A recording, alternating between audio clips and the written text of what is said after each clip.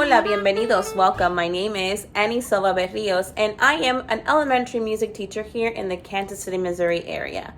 Today, I am here to share with you one of my favorite books to include in my classroom, and that is Little Melba and Her Big Trombone. Here's a little part of the book that open up our story. Spread the word. Little Melba Doretta Liston was born to make music, and she sure was born to make music. You might be asking, who was Melba Doretta Liston? She was born in Kansas City, so of course my students already are a big fan of her. But she was one of the first female jazz musicians to tour the world with big bands and different jazz singers too. Here's another little part of the book that I want to share with you.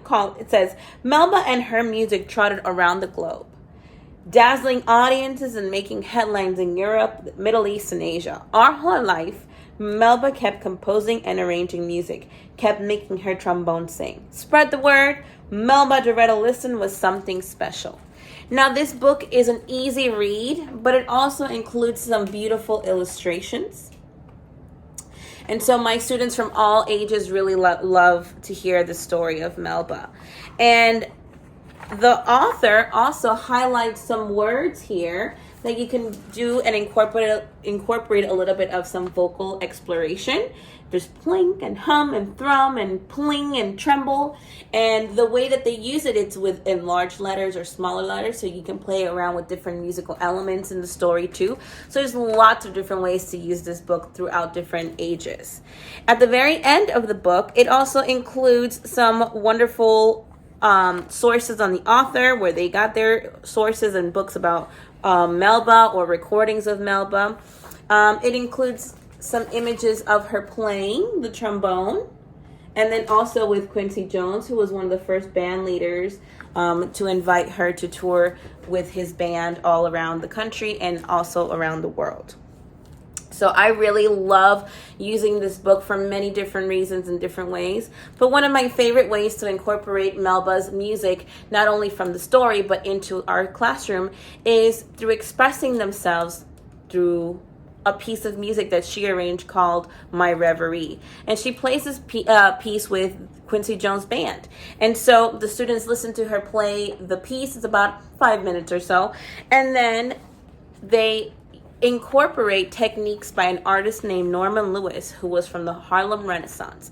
And Norman Lewis was known as an abstract expressionist artist because his work was pretty abstract, and it told different expressions of his stories and different things that he lived through his life, and he shared it through his art.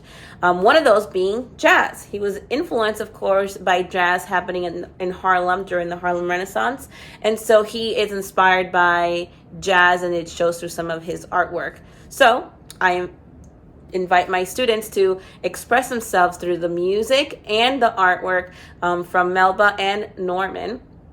And so they create their own version of My Reverie of Melba Liston's arrangement. And then it kind of sort of looks something like this.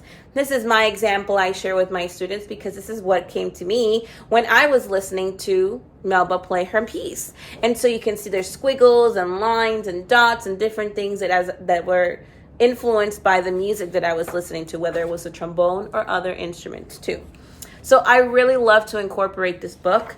I love sharing her music with my students, and the students feel a closer connection, not only because they get to hear a little bit about her life through this book, but they also get to listen to her music and then express themselves through the music. So thank you all for being here today and listening to me share about Melba Liston. This book here is a great addition to your collection, whether it's your home collection or your classroom collection or whatever kind of book collection you may have.